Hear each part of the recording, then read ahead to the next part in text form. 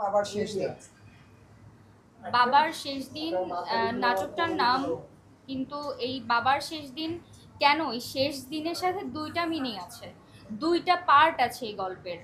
তো এইটা বলা যাবে না যে কেন শেষ দিন, তবে এই শেষ দিনের সাথে দুইটা দুইটা অংশ জড়িত, দুইটা গল্প জড়িত। এই একটা গল্পেই দুইটা গল্প আছে। শেষ দিন কেন, নাটকটা দেখলে মানুষ বুঝতে পারবে। রাফসান ভাই, একই প্রশ্ন তোমার কাছে। বাবার শেষ দিন কেন গল্পের নাম?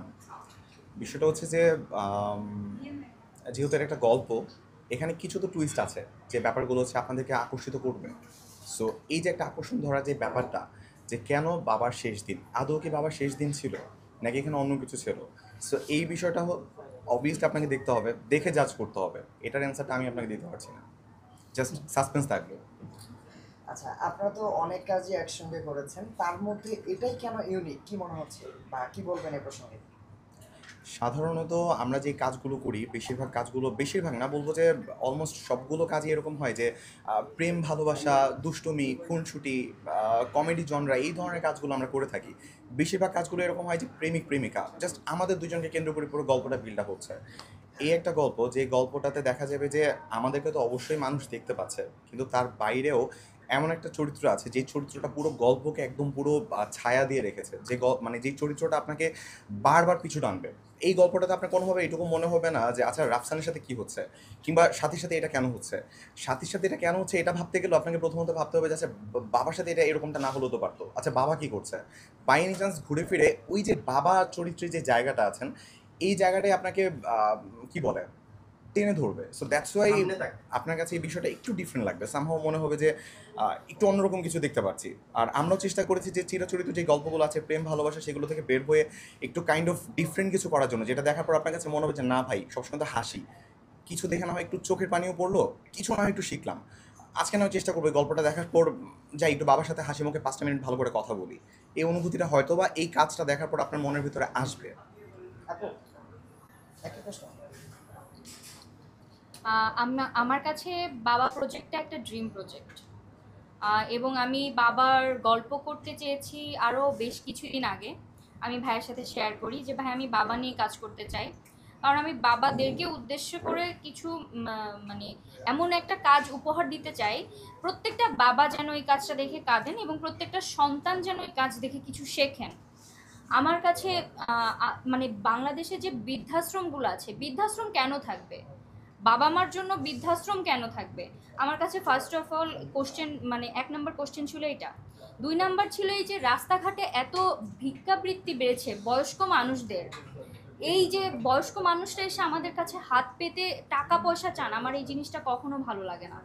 আমি যখন জিজ্ঞাসা করেছি আপনাদের কি সন্তান আছে, প্রত্যেকে অ্যান্সার দিয়েছেন ওনাদের সন্তান আছে, 2টা ছেলে আছে বা মেয়ে আছে, তারা প্রত্যেকে প্রত্যেকের জায়গা থেকে ভালো আছে, তাহলে বাবা মা কেন রাস্তায় থাকবেন, তাই না?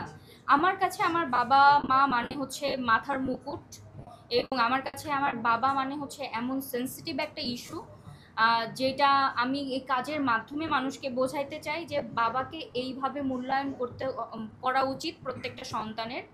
এবং এই কাজটার সুযোগ করে দিয়েছেন আমাকে আর্থিক ভাইয়া, এত সুন্দর একটা গল্প ভেবেছেন ও, মানে গল্পের মূল ভাবনায় ছিলেন আর্থিক ভাইয়া, গল্পটা লিখেছেন অর্ণব জাকির ভাইয়া। গল্পটার প্রত্যেকটা শব্দ প্রত্যেকটা সন্তানের জন্য অনেক শিক্ষণীয় মানে একটা ব্যাপার থাকবে। এবং বাবাদের অনেক শখ থাকে, যেই শখগুলা বাবারা ছোটবেলা থেকে সন্তানদের জন্য উৎসর্গ করে দেন। সন্তানদের শখ পূরণ করতে যেয়ে বাবারা নিজেদের শখগুলা ভুলে যান, এবং তার বাইরেও বাবাদের অনেক সম্মান প্রাপ্য। এই সম্মানের জায়গাটা কি ওনারা প্রপার পাচ্ছেন কিনা এটা দেখাও সন্তানের দায়িত্ব এবং কর্তব্য। আমরা এই দায়িত্বগুলো সঠিকভাবে পালন করতে পারছি কিনা এইটাও আমি এই কাজের মাধ্যমে মানুষের কাছে দেখানোর চেষ্টা করেছি। এই কাজটা দেখে মানুষের কাছে মনে হবে যে 5 মিনিট অন্তত মানুষ ভাববে যে আসলে আমরা কি দেখলাম, এবং এটা একটা গল্প, প্রত্যেকটা বাবার গল্প।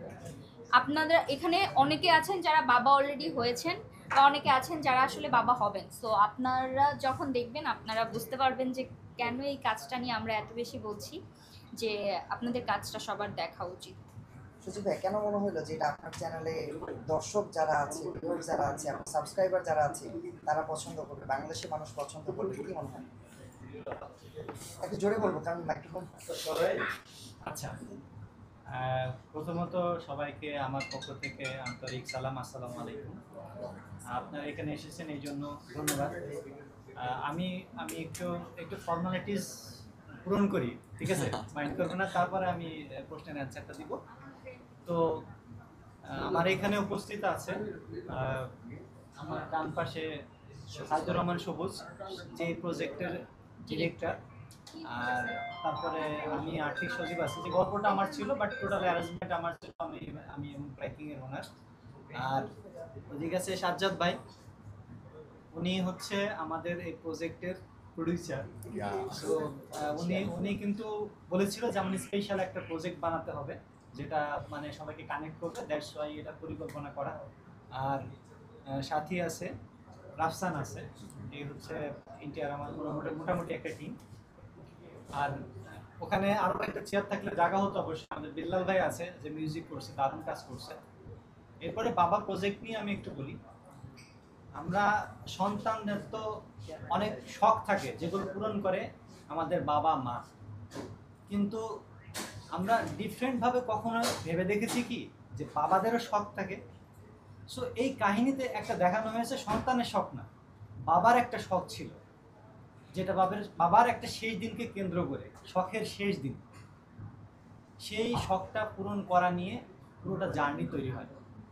এবং এবং মানে খুব ইমোশনালভাবে স্টোরিটার একটা শেষ পরিণতি হয়, যেটা দেখলে সবারই মনে হবে যে ইস, আমারও বাবা আছে এবং আমার বাবার স্বপ্ন আছে, শখ আছে।